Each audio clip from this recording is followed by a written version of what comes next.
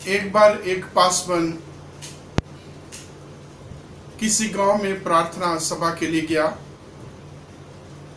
और जब prayer meeting खत्म हुई, एक महिला उसके पास आई और एक बर्तन में उसने पानी रखा हुआ था और पासवान से कहा कि पास्टर जी, इसके ऊपर प्रेयर कर दो क्योंकि हमारी गाय दूध नहीं देती। और उसका विश्वास था कि यदि ये प्रार्थना किया हुआ पानी वो अपनी गाय को पिलाएगी और गाय फिर से दूध देना शुरू कर देगी। पासवान साहब ने उस पानी के ऊपर प्रेयर की और उस महिला को वो बर्तन लौटा दिया और उनसे कहा, ये अपने गाय को पिला देना और शाम को अपनी गाय का दूध निकाल लेना। उस महिला ने उस बर्तन को लिया, विश्वास के साथ वो अपने घर में गई, अपनी गाय को पिलाया और बर्तन में उसने अपनी गाय का दूध निकाला। इतना नहीं, उस दूध में से उसने दूध गर्म करके चीनी डाल के वो अपने पासवान के सामने लेके आई और पासवान को कहा, आपने शाम को कहा था, मैं अभी दूध निकाल के ले आई हूं। और वो पासवान सबके सामने कन्फेस करता है कि इस बहन का विश्वास बड़ा है, क्योंकि मैंने शाम को इसलिए कहा था कि अभी मैं प्रेयर मीटिंग के बाद यहां से चला जाऊंगा और शाम को जब ये बहन अपनी गाय का दूध निकालने लगेगी, वो दूध ना दे या दे, मैं यहां नहीं होगा, मुझे को पूछने वाला नहीं होगा। परंतु इसने अभी जाकर के विश्वास के साथ वो प्रार्थना किया हुआ पानी पिलाया और पानी पिला करके अपनी गाय का दूध निकाल के मेरे लिए भी पीने के लिए ले आई है। और एक बार नहीं, कई बार उन पासवान ने इस बात की गवाही दी। आज का जो हमारा सब्जेक्ट है, थीम है, वो भी यही है, reward of perseverance in faith. आप उत्पत्ति की किताब, भजन संहिता, इब्रानियों की पत्री और मत्ती की इंजील में इन तीनों एक ही बात को देखते हैं, जो है अलग अलग हवालों में एक ही चीज देखते हैं कि किस प्रकार दृढ़ता से जब हम प्रभु को थामे रखते हैं, दृढ़ता से जब हम प्रभु की ओर देखते हैं, तो प्रभु अपने शरणागतों को, प्रभु अपने ऊपर विश्वास करने वालों की कदर करता है, रक्षा करता है, उनके विश्वास के एवज में उनको बरकत देता है। हम अलग अलग और भी जगहों पर देखते हैं। खास करके मेरा एक फेवरेट हवाला है जिसको हम लूका की पुस्तक में और उसके 18वें अध्याय में पढ़ते हैं। 1 वचन से 7 वचनों तक परमेश्वर के वचन में लिखा हुआ है। वहाँ एक विधवा है, एक जज है और वहाँ जो है मुकदमा है और ये विधवा बार बार जो है जज के पास जाती है, एक ही बात लेके, मेरा मुकदमा चुका और मेरे मुद्दई से बचा। और वचन में लिखा है, वो जो जज है वो उसका मुकदमा चुकाता है। इसके साथ ही हम सुसमाचारों में पढ़ते हैं, परमेश्वर का पवित्र वचन कहता है कि एक दोस्त रात के टाइम पर अपने दोस्त के घर में जाता है और दरवाजा खटखटा करके उसको कहता, मेरा एक मेहमान आया है और उसको भोजन खिलाने के लिए मेरे पास कुछ नहीं है, इसलिए मुझे खाने के लिए रोटी दी जाए ताकि मैं आए हुए अपने मित्र को उसकी खातिरदारी करूं, मेहमानबाजी कर सकूं। और अंदर जो दोस्त लेटा हुआ है अपने बिस्तर पर, वो उत्तर देता है, मेरे मित्र, अब तो द्वार बंद हो चुका है, मैं अपने बिछौने पर अपने बच्चों के साथ सोच कर लेट चुका हूं, अब तू कल आना, कल मैं तुझे दूंगा। और वचन में लिखा है, वो जो बाहर मित्र है वो लगातार उससे मांगता रहा। ऐसे हम परमेश्वर के वचन में पढ़ते हैं कि उसने उठ करके उसको जितनी रोटी चाहिए थी वो दी। और जब हम प्रभु से लगातार विश्वास के साथ मांगते हैं, यही वाला उत्पत्ति की पुस्तक में हमने पढ़ा है, याकूब जो एक स्वर्गदूत से मल्लयुद्ध करता है और उसको कहा उसने, जब तक तू मुझे आशीष नहीं देगा मैं तुझे नहीं जाने दूंगा। और उसको इतनी बड़ी आशीष मिलती है कि उसका नाम बदल दिया है। उसने पूछा तेरा नाम क्या है? उसने बोला याकूब। अब के बाद तेरा नाम याकूब नहीं इस्राएल होगा। याकूब का मतलब है धोखा देने वाला, कपटी व्यक्ति। और जब हम इस्राएल पढ़ते हैं तो परमेश्वर के चुने हुए लोग, परमेश्वर की प्रिय कौम। तो प्रभु के दूत ने यहाँ याकूब को आशीष दी। हम विश्वास के हीरोज को जो है पढ़ते हैं, इब्रानियों की पत्री जो आज का हवाला पढ़ा गया है, उसमें हम पढ़ते हैं परमेश्वर का पवित्र वचन कहता है कि जो विश्वास है वो आशा की हुई चीजों का निश्चय है और अनदेखी चीजों का प्रमाण है। बहुत बार क्या होता है कि हम आशा लगा लेते हैं और यहां तक सीमित रहते हैं। विश्वास जो है आशा की हुई चीजों का निश्चय है कि मेरी उस परमेश्वर से आस है, उम्मीद है।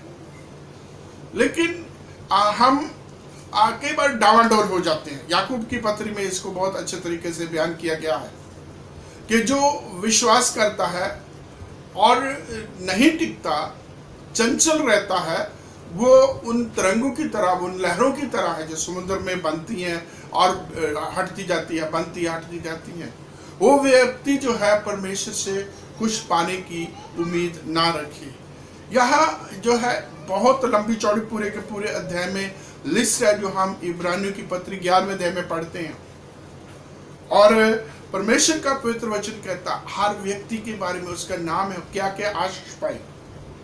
और पुराने नियम में, नए नियम में बहुत सारे लोगों को हम देखते हैं कि अपनी गिरी हुई स्थिति में, अपनी बहुत कमजोर स्थिति में, ना उम्मीदी में, यहाँ सारे परिस्थितियां विपरीत थी, विश्वास के द्वारा प्रभु ने उनको आशीष दी। अब्राहम के बारे में हम परमेश्वर का वचन पढ़ते हैं, उत्पत्ति 12। जब प्रभु ने उसे बुलाया उस समय वो 75 वर्ष का था और प्रभु ने उसे प्रतिज्ञा दी, 7 प्रकार की प्रतिज्ञा दी है। और प्रभु जैसे जैसे आगे उत्पत्ति की पुस्तक चलती है, जब जब प्रभु जो है अब्राहम के साथ बात करता है, उस वाचा को दोहराता है, पक्का करता रहता है। बहुत बार क्या होता है कि हम वादों प्रतिज्ञों की बात करते हैं, लेकिन प्रभु जब वादा करता है वो तोड़ता नहीं है, बल्कि अपने वादे को पक्का करता, मजबूत करता है जब तक वो पूरा नहीं हो जाता। अब्राहम से परमेश्वर ने कहा ये देश मैं तेरे वंश को दूंगा। अब्राहम ने परमेश्वर से 3 चीजें छोड़ने के लिए कहा, 7 चीजों की आशीष देने के लिए प्रतिज्ञा की। और परमेश्वर ने उसे प्रतिज्ञा की कि तेरा वंश आकाश के तारों की तरह, समुद्र की बालू की तरह होगा। एक जगह आकर के परमेश्वर ने कहा इस देश को देख, ये मैं तेरी संतान को दूंगा, ये मैं तेरे वंश को दूंगा।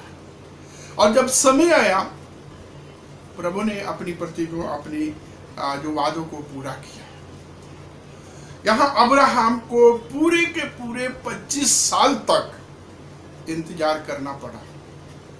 बीच में बेशक परमेश्वर ने इस्राएल की आशीष दी, एक बेटा दिया इस्माइल, और इस्माइल के रूप में परमेश्वर ने जो है आशीष दी है, लेकिन वो प्रतिज्ञा की संतान नहीं है।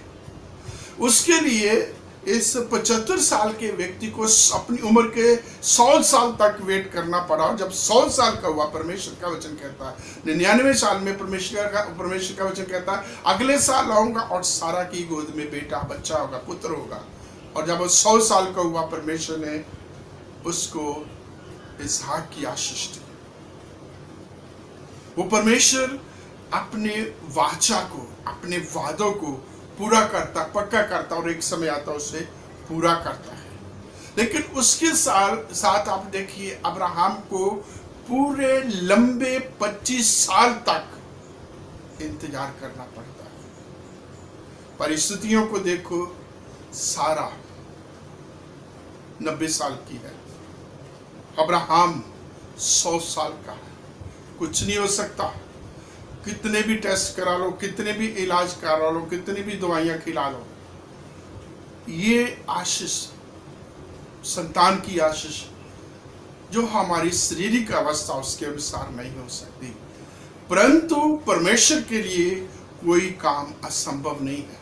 ये बात जो है परमेश्वर ने सारा से कही थी, अब्राहम से कही थी। उत्पत्ति के 18वें अध्याय के 14 वचन में लिखा है कि क्या परमेश्वर के लिए कोई काम कठिन है, अर्थात कोई भी काम परमेश्वर के लिए मुश्किल नहीं है, असंभव नहीं है। वो जो कहता है वो उसको पूरा करता है। और परमेश्वर का पवित्र वचन ये भी कहता है कि विश्वास के बिना परमेश्वर को प्रसन्न करना असंभव है। और यहां हम देखते हैं अब्राहम जैसे और बहुत सारे विश्वास के हीरो हैं जिन्होंने अपने समय से परमेश्वर को प्रसन्न किया, परमेश्वर की विधियों को पूरा किया, परमेश्वर के वचनों से, उसकी व्यवस्था से, उसकी वाचाओं से ना तो दाईं ओर मुड़े ना बाईं ओर मुड़े, और उन वचनों में बने रहे, परमेश्वर के हुक्मों में बने रहे, और परमेश्वर ने अपनी प्रतिज्ञा भी उनकी जिंदगियों में पूरा की।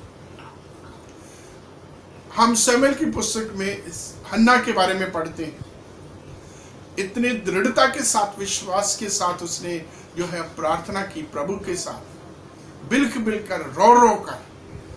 और जब वहां परमेश्वर का सेवक आता है, उसकी हालत को देख करके, उसको होठों को, उसके चेहरे को देख करके वो भी जो है उसको गलत समझ लेता है, और वो अपना बयान जो है, अपने हालात जो है उसको बयान करती है। और परमेश्वर के दास ने कहा शांति से अपने घर को चले। वो परमेश्वर जिस तुझे जो है, तुझे आशीष दे, तुझे मुंह मांगा वरदान दे, तेरे मनोरथों को पूरा कर। और ऐसे हम जो है और बहुत सारी जगहों पर परमेश्वर के पवित्र वचन में पढ़ते हैं। परमेश्वर अपने लोगों को कभी नहीं छोड़ता है जो विश्वास के साथ उसकी ओर देखते हैं। और आप देखिए एक और फेवरेट वचन है जो आज भी पढ़ा गया है, भजन संहिता 34, और उसके में लिखा है, जितनों ने उसकी ओर दृष्टि की उन्होंने ज्योति पाई, और उनका मुंह कभी काला नहीं होने पाया। वो कभी लज्जित नहीं हुए। मत्ती रचित सुसमाचार के 15वें अध्याय के 21 वचन से हमने 28 वचनों तक पढ़ा है। परमेश्वर का पवित्र वचन कहता है कि एक कनानी स्त्री प्रभु के पास आती है, और वचन में लिखा है, वो प्रभु से कहती है, मेरी बेटी को दुष्ट आत्मा सताती है, मेरी सहायता कर। और यहां इस औरत के सामने बहुत सारी रुकावटें हैं। आप इसी वचन को पढ़ेंगे तो परमेश्वर का वचन कहता है, यीशु वहां से निकलकर सूर और सैदा के प्रदेश को की ओर चला गया, और उस प्रदेश से एक कनानी स्त्री निकली और चिल्लाकर कहने लगी, हे प्रभु, दाऊद की संतान, मुझ पर दया कर, मेरी बेटी को दुष्ट आत्मा सताता है। और उसने कुछ उत्तर ना दिया। पहली चीज हम देखते हैं, प्रभु ने उसको इग्नोर किया है। प्रभु ने कोई रिस्पॉन्स नहीं दिया। बेशक वो जो है दाऊद की संतान यीशु नासरी को चिल्ला करके प्रार्थना कर रही है, प्रभु ने उनको कोई उत्तर नहीं दिया। और पहली चीज, प्रभु ने उसको इग्नोर किया, उसकी आवाज को, उसकी प्रार्थना को प्रभु ने टोटली इग्नोर किया, बिल्कुल भी अनसुना कर दिया। लेकिन आगे हम परमेश्वर के वचन में पढ़ते हैं कि वो बोलती रही, और जहां जिस प्रकार परमेश्वर का वचन कहता है, तब उसके चेलों ने आकर उससे विनती की, इसे विदा कर, क्योंकि वह हमारे पीछे चलाती हुई आ रही है। पहली चीज उसने जब आकर के पुकारा, प्रभु से दुहाई दी, प्रार्थना की, प्रभु ने इग्नोर कर दी, नहीं सुना। और यहाँ एक चीज सामने आ सकती है, ये हम कल्पना कर सकते हैं कि वो अब चेलों को जो है बार बार कह रही होगी, चेलों के सामने विनती कर रही होगी, प्रभु यीशु मसीह को मनाया जाए, प्रभु यीशु मसीह को कहा जाए। और परमेश्वर का पवित्र वचन कहता है चेलों ने प्रभु यीशु मसीह से कहा उसको विदा कर, क्योंकि वो हमारे पीछे चिल्लाती हुई आ रही है। इसका मतलब उसने पहले प्रभु यीशु मसीह को कहा है, दाऊद की संतान यीशु नासरी मुझ पर दया कर, प्रभु ने इग्नोर किया। अब वो चेलों से कह रही होगी, चेलों को एक एक 12 चेलों को जो है बहुत विनती कर रही होगी, हाथ पकड़ रही होगी, दुआ कर रही होगी, पैरों में पड़ रही होगी, हर तरीके से मनाने की प्रयास कर रही। तो अब चेलों ने उसको कहा इसको विदा कर। और प्रभु का पवित्र वचन कहता, प्रभु यीशु मसीह ने कहा मैं इस्राएल की खोई हुई भेड़ों को छोड़ करके और किसी के पास नहीं गया। अगर हम मत्ती के 10वें अध्याय में पढ़ते हैं, प्रभु यीशु मसीह जब अपने शागिर्दों को सेवकाई के लिए भेजते हैं और उनको यही आदेश देते हैं कि इस्राएल के भेड़ों के पास, इस्राएल के घराने के पास प्रभु ये परमेश्वर के सुसमाचार को, खुदावन के राज की मुनादी करने के लिए जाना, और कहीं नहीं जाना, रास्ते में किसी से नहीं मिला। और अब प्रभु यीशु मसीह वही करता है। यदि हम आगे जो है सुसमाचार को पढ़ते हैं और उसके बाद जब हम पौलुस रसूल की सेवकाई को देखते हैं, सब ने जो है पहले इस्राएली लोगों को, यहूदी लोगों को प्रभु का वचन सुनाया। जब उन्होंने प्रभु के वचन का तिरस्कार किया तब वो अन्य जातियों की तरफ गए। रोमियो की पत्री के पहले अध्याय में और उसके 16 वचन में पौलुस कहता है मैं सुसमाचार से नहीं लजाता, क्योंकि ये हर एक विश्वास करने वाले के लिए परमेश्वर की सामर्थ है, पहले यहूदी फिर गैर यहूदी, पहले यहूदी और फिर यूनानियों के लिए। ये पहली जो पहल है, परमेश्वर का इंतजाम है, वो यहूदियों के लिए है और उसके बाद जो है अन्य जातियों के लिए है। अभी ये औरत जो है इसको कई प्रकार के जो है ऑब्स्टेकल, बहुत सारी रुकावटों का सामना करना पड़ रहा है। पहली चीज प्रभु यीशु मसीह ने इग्नोर किया है। दूसरा चीज प्रभु यीशु मसीह ने उस वाचा का जो है जिक्र किया है।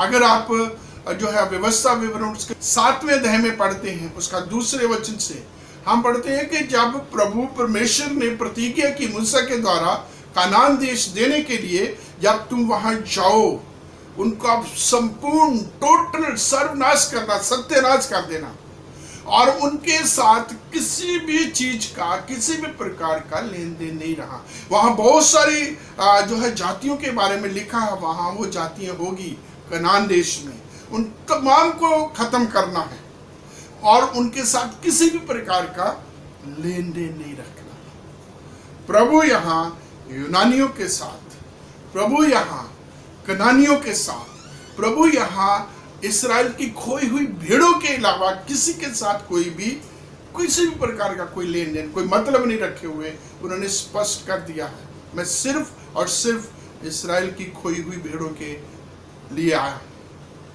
क्योंकि ये परमेश्वर का प्रबंध था, परमेश्वर का इंतजाम था। जब हम उत्पत्ति उसके 3 अध्याय के 15 वचन से पढ़ते हैं, परमेश्वर ने अपने लोगों के लिए, जिसको उन्होंने बनाया, जिसको तैयार किया, जिनको प्रेम किया, जिनके लिए वो सब कुछ करता रहा, उसके उद्धार के लिए, उसके उत्थान के लिए, उससे पापों से छुटकारे के लिए और फिर से उस संगति को बहाल करने के लिए परमेश्वर ने अपने प्रिय पुत्र प्रभु यीशु मसीह को भेजा।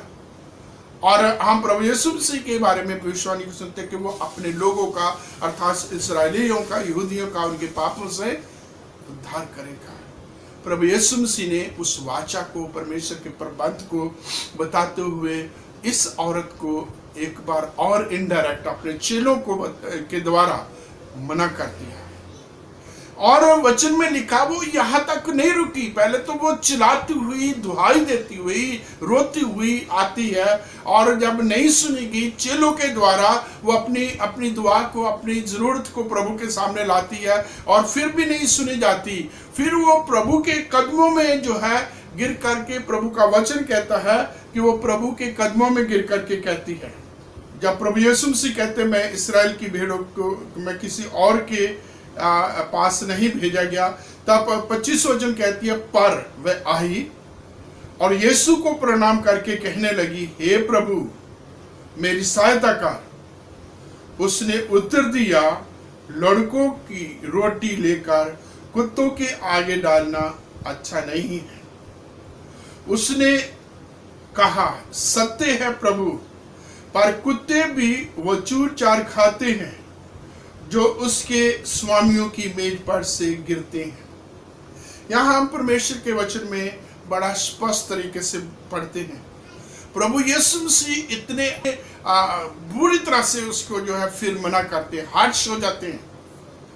जब चेलों को प्रभु यीशु मसीह ने मना किया, वचन में लिखा वो प्रभु के पांव में गिर के प्रणाम किया है, और फिर अपनी जो है मांग को, अपनी जरूरत को जो है अपनी इस समय प्रभु के सामने दोहराती है। मेरी सहायता कर, मेरी लड़की को दूसरा आत्मा सताती है, जकड़ रखा है, पकड़ रखा है, उसको उसका छुटकारा कर। और प्रभु यीशु मसीह कहते हैं लड़कों की रोटी कुत्तों को देना अच्छी बात नहीं है। अभी यहाँ प्रभु यीशु मसीह फिर व्यवस्था को, परमेश्वर के वचन को याद करते हैं। यही बताते हैं कि जो अन्य जाति है, यही बताते हैं कि जो मूर्ति पूजक है, पापी है, और उनकी जो तुलना है वो कुत्तों के साथ की जाती है। और यहाँ इस औरत ने इतनी बड़ी बात सुनने के बावजूद भी कोई रिएक्ट नहीं किया, कोई उल्टे तरीके से नहीं लिया, ये थकी नहीं, ये अकी नहीं, ये हारी नहीं। She didn't give up. उसने जो है हिम्मत नहीं छोड़ी, वो लगी रही। और यही आज का हमारा जो है थीम है, reward of preserving in faith. लगातार दृढ़ता से जो है प्रभु के कदमों में लगे रहने का इनाम। और यशायाह की किताब उसके 40 अध्याय में हम पढ़ते हैं, जो प्रभु की बाट जोते हैं उकाबों की नाई उड़ेंगे, जवान दौड़ेंगे, थकित होंगे, गिर जाएंगे, परंतु जो प्रभु की बाट जोते हैं वो उकाबों की नाई, वो कभी थकित नहीं होंगे, वो बढ़ते जाएंगे। प्रभु पर विश्वास रखने वाले के लिए वचन में लिखा है, विश्वास करने वाले के लिए कोई कुछ भी बात असंभव नहीं, सब कुछ हो सकता है। और यहाँ ये जो औरत है प्रभु के कदमों में आई है। अब इतना कुछ हो गया है, प्रभु ने इग्नोर किया है, चेलों के द्वारा मना किया है, प्रभु ने डायरेक्ट जो है इसकी तुलना जो है कुत्तों के साथ की है, और गुस्से में नहीं आई, रिएक्टेड नहीं है। इसने जो है किसी प्रकार सा हौसला नहीं छोड़ा। हमारी जिंदगी में बहुत बार होता है, हम बहुत बार जो है तहस में आ जाते हैं, बहुत बार हम गुस्से में आ जाते हैं, बहुत बार हम भावुक हो जाते हैं, हम जो है हमारे सामने हमारी ईगो आ जाती है, हम जो है बहुत बार इन तमाम चीजों, ठीक है ओके फाइन, नहीं होता तो ना कर, छोड़ देते हैं हम। लेकिन इसने ऐसा नहीं कहा, इसने बहुत ही विश्वास के साथ, बड़ी ही बुद्धिमत्ता के साथ प्रभु को जवाब दिया। प्रभु ने कहा लड़कों की रोटी कुत्तों के आगे डालना अच्छी बात नहीं है। और ये कहती प्रभु ये सच है, सही है, जो बच्चों की रोटी है वो कुत्तों के सामने नहीं है, वो बच्चों के लिए है। परंतु कुत्ते भी तो इंतजार करते हैं अपने स्वामियों की मेज से गिरे हुए उन चूरपुर, उन टुकड़ों को, उनके लिए इंतजार करते हैं। और इस समय ये औरत जो है, ये महिला जो है, प्रभु से उस फुल आशीष को नहीं, सिर्फ चूर चार को मांग रही है, छोटी सी, मेरे लिए वही काफी है। और ऐसे हम विश्वास में और बहुत सारे लोगों को देखते हैं। प्रभु यीशु मसीह के पास एक सूबेदार आते हैं, वो अपने नौकर के बारे में कहते हैं वो बीमार है, उसे चंगा कर। प्रभु ने जब कहा ठीक है मैं तेरे साथ चलता हूं, तो वो कहता है मैं भी एक पराधीन व्यक्ति हूं, नौकर चाकर है। किसी को कहता आ तो आता, किसी को बोले जा तो वो जाता है, जिसको बोलता ये कर वो करता है, जिसको बोलता वो काम कर, जिसको जो काम करने के लिए कहता करते हैं। मेरी चलती है, मेरा हुक्म चलता है, परंतु फिर भी मैं इस लायक नहीं हूं कि हे प्रभु यीशु तू मेरी छत के तले आए।